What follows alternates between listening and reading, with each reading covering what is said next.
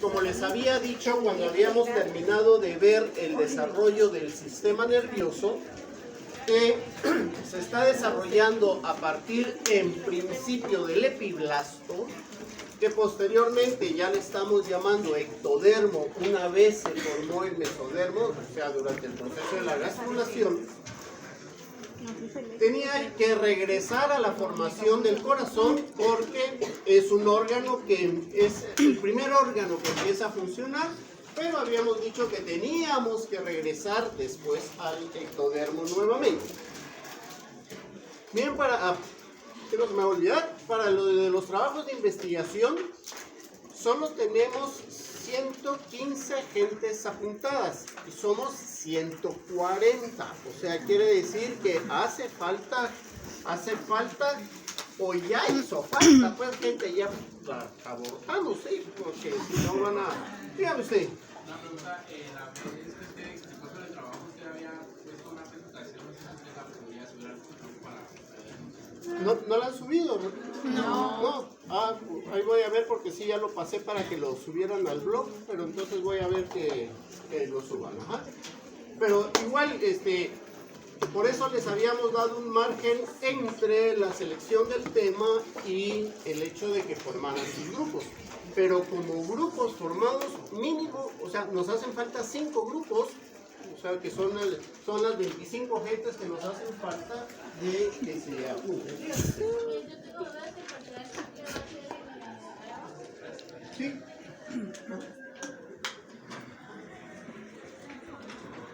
Bien. Entonces, vamos a empezar a ver estos otros derivados de ectodermo. A esto que vamos a platicar ahora es a lo que se le llama el tejido tegumentario. Incluso, depende de dónde estén estudiando, esto lo van a ver como derivados del tejido tegumentario, así lo clasifican algunos escritores, pero bueno, entonces este es el desarrollo de este ectodermo que excluye todo lo que sea neuroectodermo, salvo las neurulaciones que vamos a ver acá, que viene de las crestas neurales, o sea, la inervación que tenemos nosotros en la piel, eso viene de las crestas neurales. Entonces, veamos esta chulada. Ya ahorita, esto que veíamos en principio mero jerigoleado, ahora ya nos ubicamos perfectamente acá. O sea, ya hemos visto aquí todo el desarrollo del corazón. Esta parte amarilla es la que nos hace falta todavía del desarrollo endodérmico. Pero entonces, ya vimos aquí toda esta parte del desarrollo del tubo neural. Esta sección que teníamos aquí en verde que los derivados de las crestas neurales, ya aquí vimos el desarrollo del corazón, entonces ya podemos ubicarnos en esta ruta para ver el desarrollo de los distintos derivados embrionarios. Pues entonces ahora, aquí de este epitelio, que se le está ubicando de esa manera aquí, de este epitelio derivado del ectodermo, que está muy fácil ubicar que es ectodermo porque está en azul. Entonces aquí vamos a ver ahora la formación de la piel, la formación del pelo, la formación de las uñas, la formación del diente, la formación de glándulas sebáceas, de glándulas mamarias y de glándulas sudoríparas. Bien, entonces, esto es lo que tienen ustedes los que estén estudiando en... ¿Cuál es que está este? En Arteaga. Entonces, tenemos aquí este ectodermo superficial, que es lo que vamos a estar viendo ahorita, de dónde se van a formar estos queratinocitos, que esto, vamos a ver de dónde sale esta queratina de la piel. Los melanocitos y las células de Merkel, estos vienen de las crestas neurales. Habíamos hablado de los melanocitos. Las células estas de Merkel, esas son células sensitivas. Nosotros en las terminaciones neuronales que tenemos en la piel, tenemos terminaciones distintas para, por ejemplo, sentir la presión. La presión se siente a partir de derivados neuronales de las células de Meckel.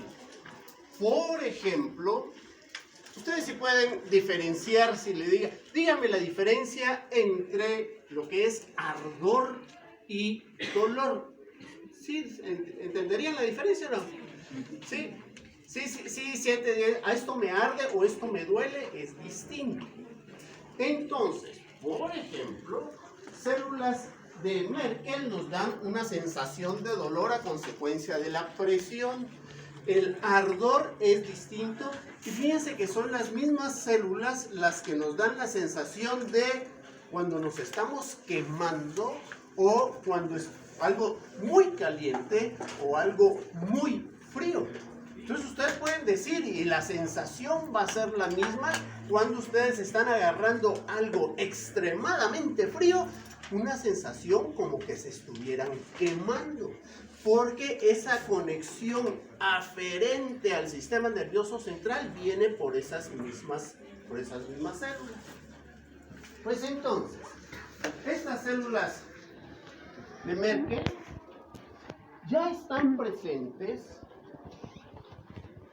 a nivel de la 8ª semana del desarrollo, esto es a los 2 meses, ¿sí? A los 2 meses del embriocito, esto ya están presentes. Entonces, este embrión que ya hemos platicado, bueno, esa diferenciación entre el estadio fetal y el estadio embrionario. El estadio fetal son esas primeras 8 semanas. Y el estadio fetal es a partir de estas 8 semanas. Entonces, cuando empieza este estadio fetal, ya están hechas estas neuronas que pueden sentir dolor. Entonces, un embrioncito de 2 semanas, que es una cosa así, ya siente dolor. Ahora, esto ha sido difícil de trabajarlo porque no se le pueden poner sensores para ver si está sintiendo o no está sintiendo. Pero la presencia de estas células dice que ese embrioncito ya está sintiendo, ese fetito que está empezando su estadio fetal, ya siente a partir de estas 8 semanas la sensación periférica, ¿sí?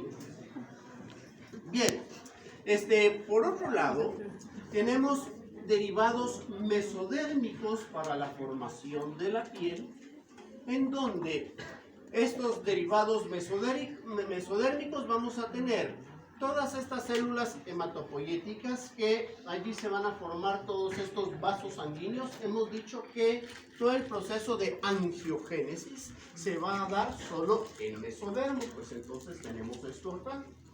Ahora, del mesodermo lateral, estamos bien claros ya cuál es el mesodermo lateral.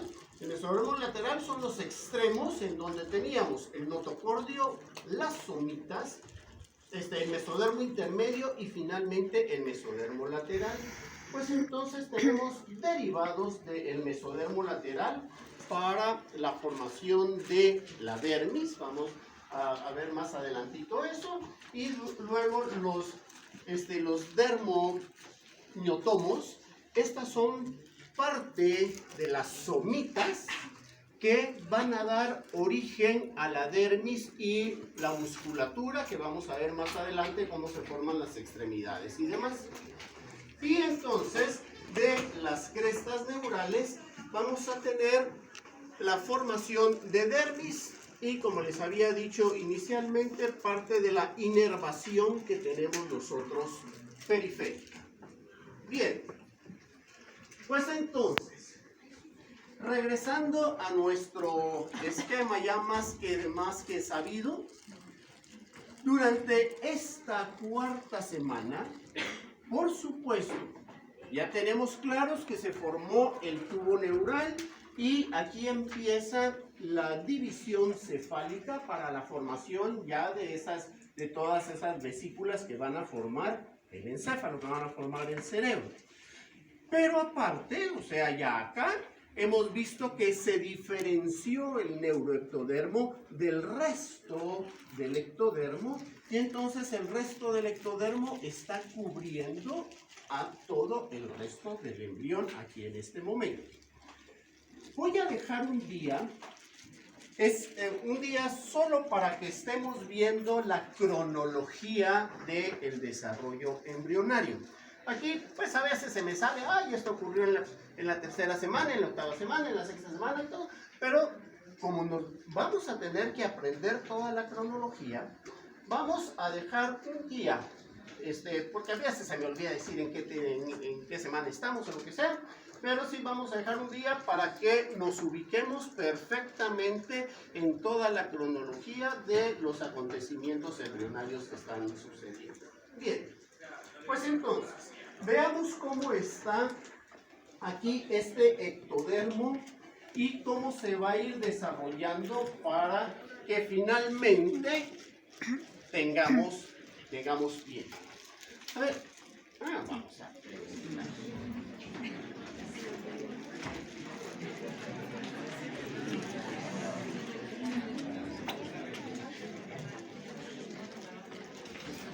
A esta sección siempre le pregunto que va a preguntar a Laura.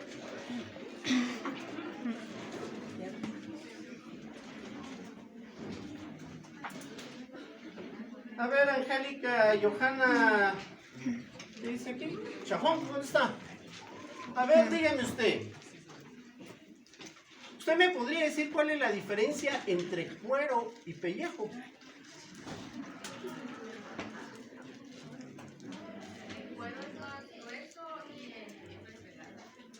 Más delgadito. O sea, cuando están ahí sentadas en las mesitas y todo y empiezan a bajarle el cuero a la gente, ¿qué le están bajando, el cuero o el pellejo? ¿Cómo así? ¿Dónde están peleando los pendejos?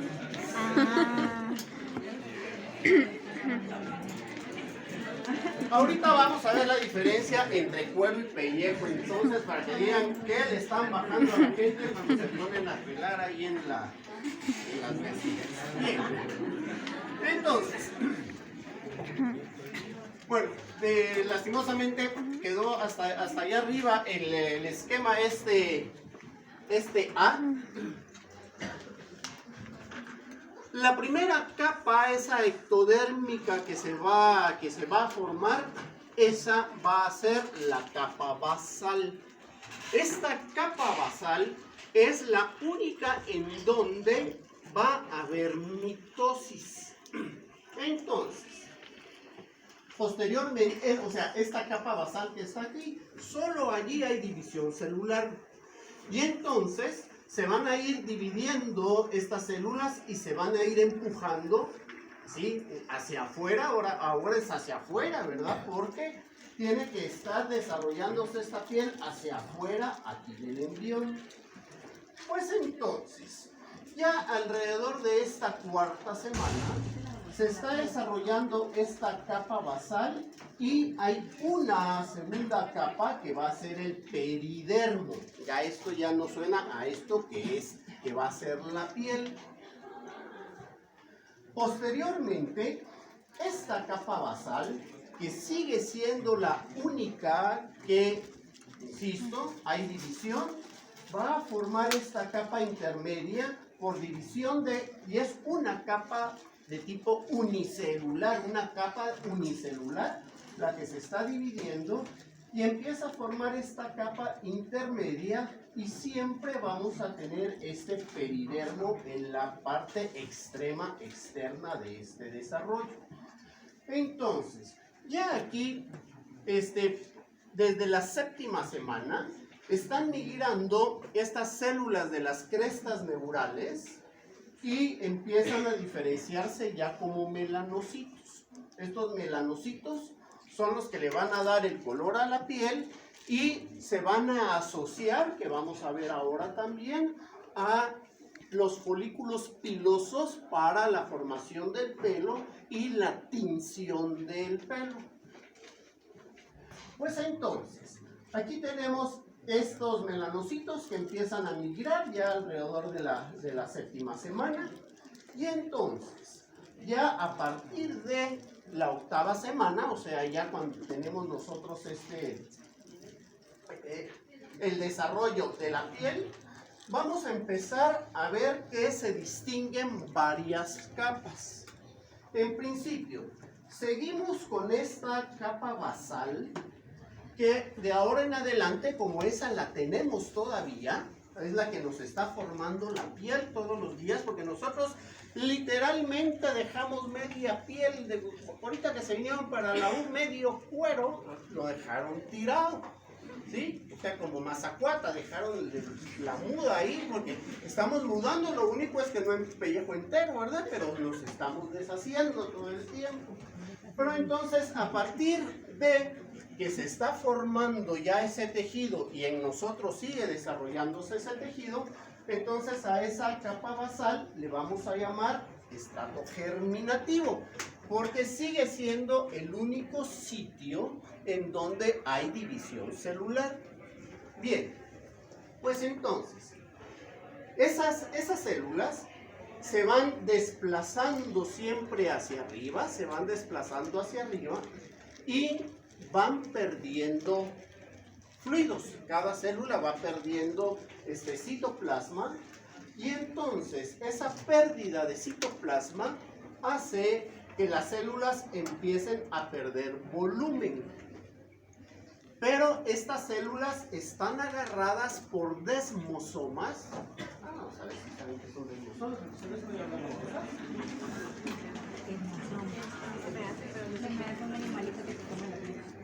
A ver. Ronnie Daniel. Ay, coronavirus me tiene.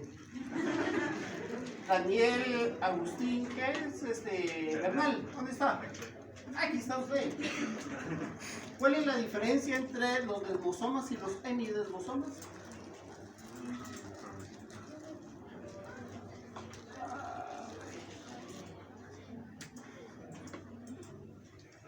Adriana María Orozco. Dígame. ¿Son como filamentos que tienen la queratina o algo así? A ver, bono, porque ya tenemos muy poquitos bonos ahorita para la diferencia entre desmosomas y hemidesmosomas. Bueno, el tomo lo tengo que sacar de colación ahorita porque o sea, esos son tipos de uniones celulares. Sí, o sea, si no fuera por esos desmosomas, cada vez que le hagan uno así cariñito, que le agarran el cachete, se quedarían con el cachete en la mano. O sea, esas son las uniones celulares que hacen que todas estas células de la epidermis estén unidas una con otra. Pues entonces, a consecuencia de estos desmosomas que se están uniendo, pero son uniones entre célula y célula, cuando esas células están perdiendo el citoplasma, quedan como agarraditas así nada más de estos desmosomas. Después les voy a decir la diferencia con los desmosomas, de todos modos. Pues entonces se van a ver piquitos de donde están agarradas todas las células, porque estas células se están encogiendo. Pues entonces, a consecuencia de que se le ven todos esos piquitos, ese va a ser el estrato estrellado. ¿Sí? Entonces tenemos aquí el estrato germinativo y este estrato estrellado. En alguna bibliografía la van a encontrar como estrato espinoso porque se le ven así como espinitas. Es lo mismo. Pues entonces, estas células siguen perdiendo citoplasma a tal grado que ya todos los organelos ahí están todos apretados, todos apelmazados. Y entonces, cuando lo vemos en el microscopio, ese estrato, se ven las células llenas de gránulos ahí de todos los órganos adentro. Y entonces, ese es el estrato granuloso. Y entonces, si vemos aquí el estrato germinativo, mientras se van desplazando las células al exterior, vamos perdiendo citoplasma y eso forma este estrato espinoso o estrellado, como quieran llamarle.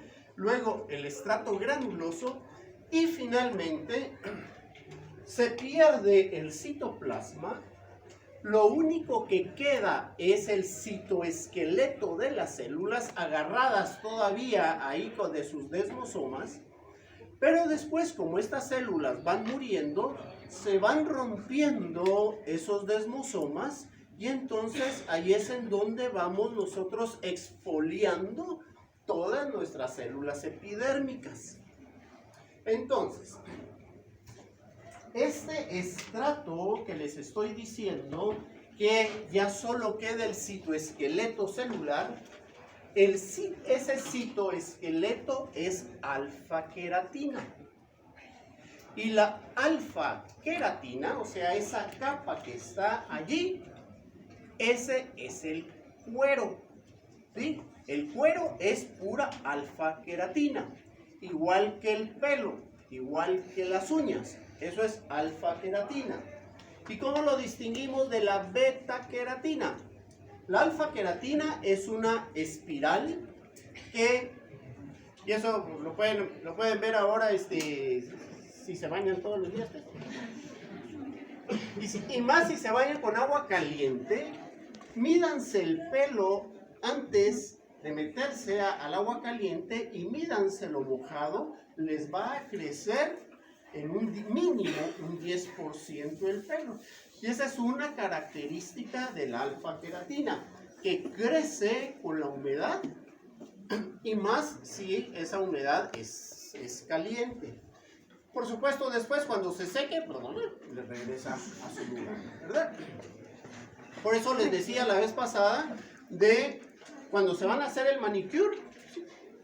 ¿Hacen el manicure? Ustedes se hacen manicure así que la llevan al cuenterete, ¿no? Pues les meten las uñas en agua caliente, ¿sí? Ahí están metidas y...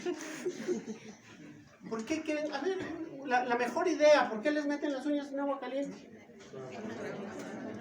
¿A verdad que sí va? Primero se suavizan y crecen. Entonces, cuando les van a cortar las uñas, no tienen que cortarle el pedazo de dedo para que después la uña, cuando regresa a su lugar, ¡hola! ¿Cómo me la cortó sin burlarme el dedo? Porque cuando la tenía metida en las garras ahí en el agua caliente, creció, se las cortaron por aquí y después esa alfa-queratina regresa a su lugar y entonces ya le quedan las uñas así cortitas, ¿verdad? Cuando ahí metidas en el agua caliente. Si los zapatos le quedan apretados, eso es alfa-queratina, porque es cuero. Y ahí van a ver ustedes si de veras era cuero. Mójenlos en agua caliente y después se los ponen, los van a estar chancleteando, pues, porque van a estar grandes. Y aprovechen ahí a meterle el molde, a ponerle el periódico. Y entonces, ya cuando se quieren coger, ya no se encoge, o sea, ya queda del mismo tamaño y ya les van a quedar peronitos. Bien, pues ese es el cuero.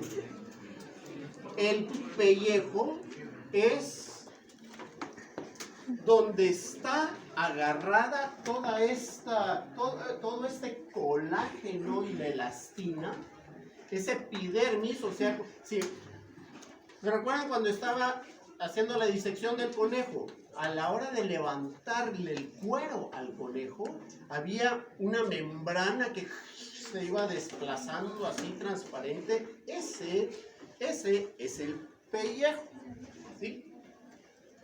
Bien, entonces ya saben que le bajan a la gente lo que ustedes quieran, cuero, pellejo, pero son cosas completamente distintas.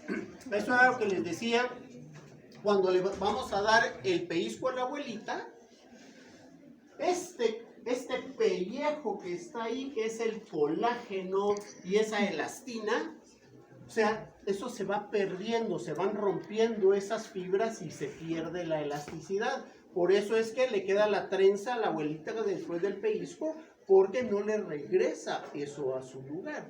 Pero entonces eso es colágeno y eso es elastina y eso es el pellejo. Y lo de arriba, entonces esto que es alfa-queratina, eso es el cuero. La diferencia entre la alfa-queratina y la beta-queratina es que la alfa es así en forma espiral y la beta-queratina es así plegada.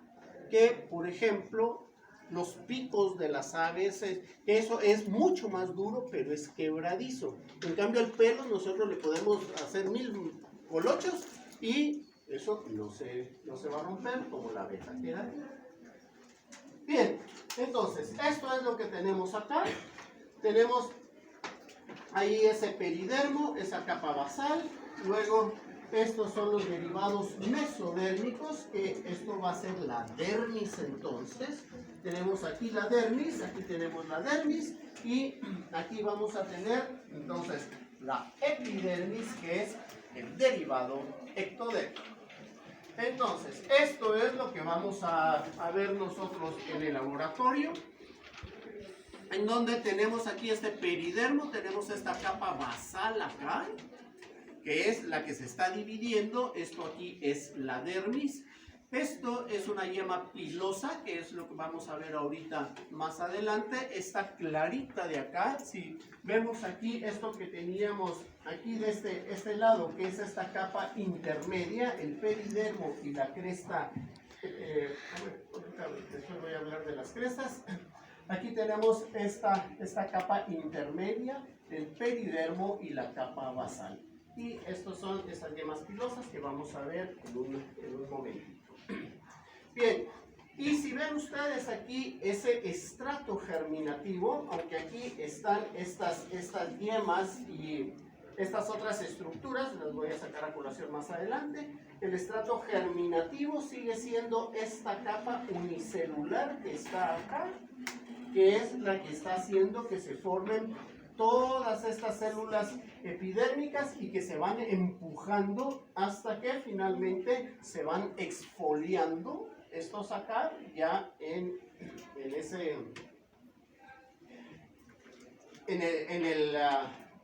estrato córneo que tenemos aquí. Aquí está este otro estrato lúcido que no siempre se va a dar. Por ejemplo, el estrato lúcido es súper grueso aquí en la palma de las manos, en las palmas de los pies, particularmente en talón, por ejemplo. Ese estrato es bien grueso porque eso sirve así de amortiguador. Eso es puro colágeno. Bien, entonces veamos la formación del pelo.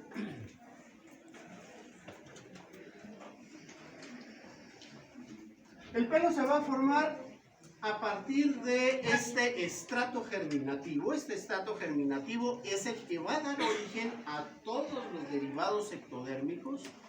Y entonces lo primero que vamos a tener es una invaginación de una masa sólida. Y vamos a tener aquí este bulbo piloso, en donde se están metiendo aquí estas células que corresponderían, para lo que estamos viendo aquí, a este peridermo. Pero lo que se está desarrollando, lo que se está dividiendo, sigue siendo este estrato germinativo. Entonces, este estrato germinativo va a seguir invaginándose ya dentro de la dermis. Y al final de este bulbo, vean ustedes que esto es el bulbo sigue siendo esto acá, pero este bulbo se va a invaginar. Esta invaginación va a formar la papila pilosa. Entonces, ¿qué se está metiendo ahí en la papila pilosa? Mesodermo. Y si se está metiendo mesodermo, quiere decir que ahí puede haber vascularización, porque esta angiogénesis estamos diciendo que se da exclusivamente en mesodermo. Bien.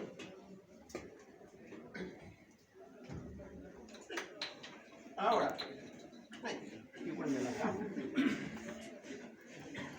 Entonces, a partir de esta papila pilosa, están migrando células mesodérmicas aquí, que van a formar los vasos sanguíneos que van a nutrir a todo el tejido que está formando el pelo.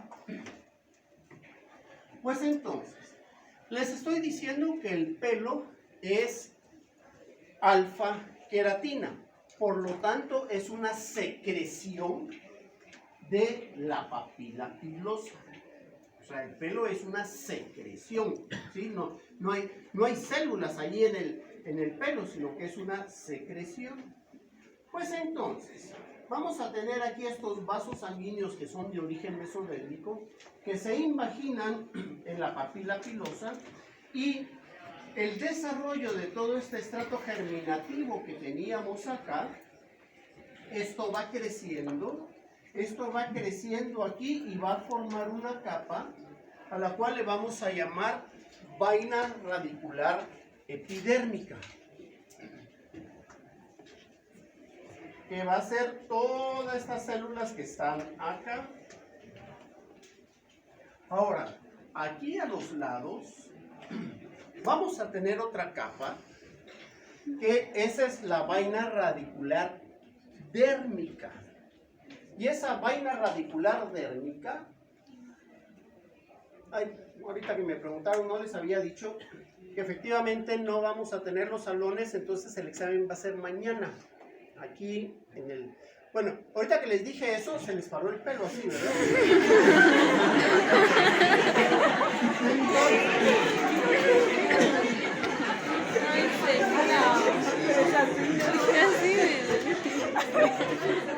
Los músculos erectores del pelo vienen de esta vaina radicular dérmica, ¿sí?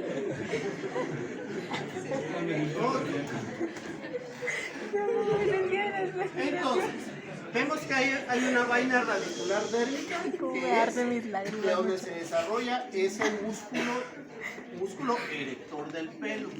Tenemos esta vaina radicular epitelial, le pueden llamar, depende del autor, epitelial o epidérmica. Y finalmente tenemos aquí el sitio en donde se está sintetizando esta alfa-queratina. Hay dos glándulas, ahorita voy a hablar de la glándula sebácea, que esta glándula sebácea se origina de la vaina radicular epitelial. Esta vaina radicular epitelial que forma esta glándula sebácea, esto es para que se lubrique, o sea, como su nombre lo indica, va a secretar grasa, sebo, para que se lubrique el pelo. Ustedes peleando, ay, que tengo el pelo grasoso, tiene su razón de ser eso allí, y eso es para que el pelo pueda deslizarse y justamente no se les enrede. Entonces, se quitan lo grasoso del pelo, pero después se echan un montón de cosas para tenerlo otra vez que no se enrede. Pero entonces, si se dejan eso no se va a enredar aquí, porque tenemos estas glándulas sebáceas. Porque, a ver, algo lógico que me diga. A ver, Jennifer Michelle Morataya, ¿dónde está?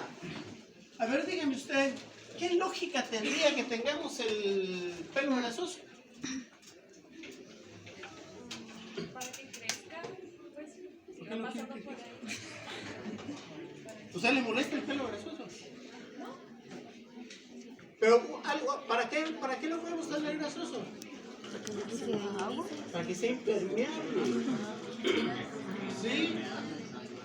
O sea, todos los animales tienen glándulas sebáceas en el pelo para que no les pase el agua. Bien, entonces esto es en forma esquemática, esto es lo que vemos en el laboratorio. Entonces, si vemos cómo estamos con lo que tenemos acá. Aquí vemos esta vaina radicular dérmica, aquí tenemos esta vaina radicular dérmica que se diferencia re bien del resto de la dermis. Luego tenemos esta vaina radicular epitelial aquí, que es esta que está aquí en la pura orillita. Y esto que tenemos acá, que sería esta papila, la papila pilosa, pues entonces la papila pilosa es esta de acá, y ya todo esto va siendo alfa-queratina. Aquí se ve alguna estructura celular porque al hacer el corte, pues se cortó todavía un pedacito de esta parte que es celular, entonces aquí se ven células todavía, pero si ven aquí, ya se ve las fibras de alfa-queratina. Bien, con la uña.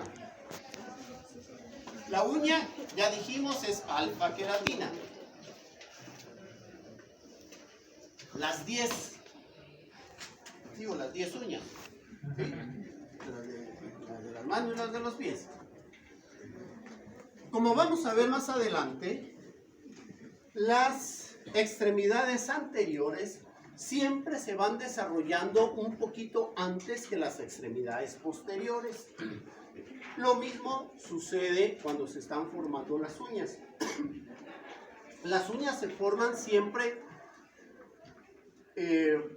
alrededor de unos 4 o 5 días. Se forman primero las uñas de las manos a las de los pies. Pues entonces, aquí vamos a tener que primero se forma esto que tenemos aquí como el lecho unguial. En realidad se forma a todo alrededor del dedo y después esto migra. Por eso es que tenemos esa sensibilidad. Ustedes nunca se han metido una aguja entre la uña y que levantan así. Digo, para que sientan la sensibilidad que tenemos aquí. Y pues tenemos esa sensibilidad también en la yema de los dedos. O sea, esta parte es así súper sensible. Entonces, esta parte va a migrar y se va a aplanar. Y entonces ahí a eso es a lo que le vamos a llamar el lecho unguial. O sea, solo es una parte aplanada. Luego donde se aplanó, en la orillita de donde se aplanó empiezan a salir unos pliegues, empieza a levantar eso, y esos son los pliegues unguiales, o sea, esto de acá. Entonces, teniendo este pliegue unguial, allí va a empezar a secretarse esa alfa queratina. Y entonces esa alfa queratina que tenemos aquí es esta placa unguial que va a ir cubriendo el lecho unguial. No, les decía que se levanten la uña para que vean ustedes cuál es el lecho, ¿verdad? Para que lo diferenciemos de cuál es la placa. O sea, la placa resulta ser ya la uña. Y todavía parte de este pliegue va a salir una piel aquí encima de la placa, que es el eponiquio, que después este eponiquio se va a retraer y nos va a quedar solo un pedacito de eponiquio, que esa es la cutícula. Así que se la está empujando para que llegue hasta el pliegue. Pues entonces ese eponiquio es esta cutícula. Y no, aquí en este esquema no está. Está el hiponiquio, o sea, este es el eponiquio, pero está el hiponiquio, que es la piel que está abajo de la uña. Por eso les digo que sí es importante que se levanten la uña para que vean todas las partes que están allí. A ver. Bien, pues entonces este es un corte. ¿Qué sería esto? ¿Un corte qué? ¿Sagital? Sagital. No, sería un corte sagital de dedo. Estas aquí son las falanges, la falangina y la falangeta, esto de acá. Y entonces aquí tenemos el pliegue acá. Aquí tenemos el eponiquio, y el hiponiquio es esto que está aquí como uno que se está metiendo. Bien. Ahora, les decía acá, otra estructura importante que se va a formar son las glándulas sudorípadas. Las glándulas sudorípadas, igual que el pelo, toda esta parte es súper sencilla en realidad, porque todo va a ser por invaginación de ese estrato germinativo. Entonces, aquí para la formación de las glándulas sudorípadas, tenemos aquí, como teníamos aquí con el pelo, vemos que hay una yema que se mete. Y entonces igual acá tenemos una yema aquí que se mete. Y esta yema va a seguir creciendo hasta que se va a formar aquí un conducto, el canal de las glándulas sudorípadas. Y finalmente vamos a tener ya aquí el conducto de las glándulas sudorípadas. ¿Cómo se forma el sudor? Aquí lo que vamos a tener es un transporte activo de sodio y entonces ese sodio osmóticamente jala agua y empieza entonces a jalar agua, jalar agua, jalar agua y hasta que sale la gota de sudor. Por eso es que el sudor es salado. Ahora, tenemos dos tipos de glándulas sudoríparas. Las ecrinas, que esas son las que están dispersas por toda la piel y esas empiezan a funcionar a los días después del nacimiento. Por eso les decía que con los niños, con los recién nacidos, hay que tener mucho cuidado con su regulación de la temperatura, porque sus glándulas ecrinas, que van a estar secretando este sudor, todavía no están funcionando adecuadamente, entonces no pueden enfriar, porque el objeto del sudor es que cuando sale la gota del sudor, esa gota de agua absorba la temperatura de la piel y se evapore, y entonces de esa manera estamos perdiendo ese calor.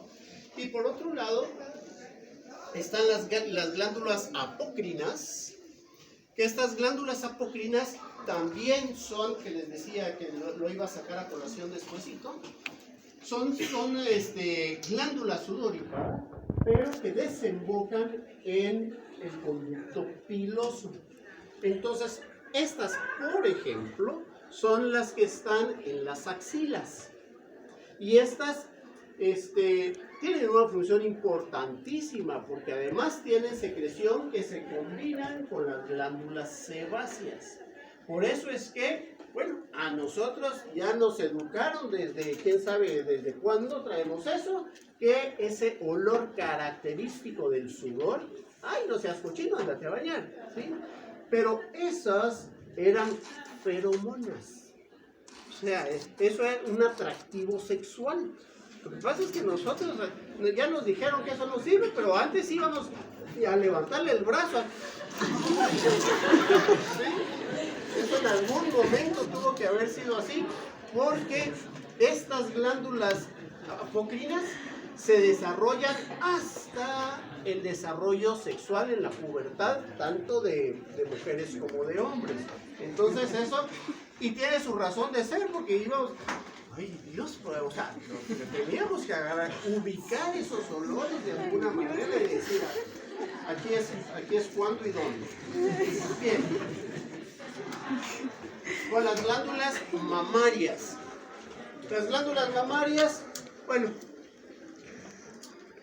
su origen son dos distintos. Una, todo el tejido graso que va a envolver a la glándula mamaria, y por otro lado, el tejido productor de la leche. Pues entonces, en este caso, se tienen aquí los rebordes mamarios a todo lo largo de la porción torácica abdominal y toda la porción ventral del embrión, y después se va a redistribuir los sitios en donde ya se desarrollen las placas mamarias, porque en principio tenemos los rebordes, pero después vamos a tener ya solo las placas, en donde allí en esas placas vamos a tener, igual que como tuvimos esto, por eso les digo que esto es facilísimo, vamos a tener la yema, en donde se va a invaginar de ese tejido intermedio, y entonces aquí vamos a tener ya toda la ramificación del tejido glandular. Aparte es todo el tejido graso que va a recubrir a la glándula, y entonces ya después, cuando estemos hablando del parto, vamos a ver cómo funciona la glándula mamaria para la formación de la leche. Ay, el diente, me voy a tardar todo un periodo. Entonces, vamos a dejar esto. Ah, un bonito aquí, ya que estamos hablando aquí de las glándulas mamarias.